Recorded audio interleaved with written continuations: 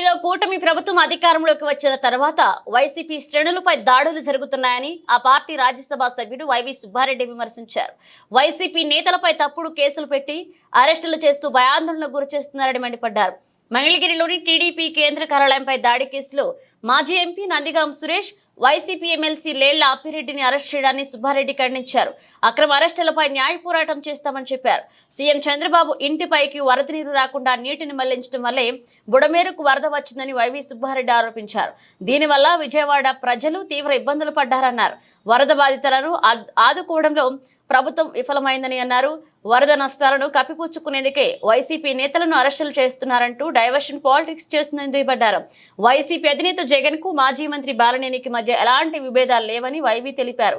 వైసీపీకి Balineni good bye చెప్తున్నారని ప్రచారంలో నిజం లేదన్నారు. ప్రజా సమస్యల గురించి చెప్పుకునేందుకు ముఖ్యమంత్రి చంద్రబాబు అపాయింట్మెంట్ అడిగారేమోనని చెప్పారు. ప్రకాశం జిల్లా వైసీపీ అధ్యక్షుడిని త్వరలో నియమిస్తామని తెలిపారు.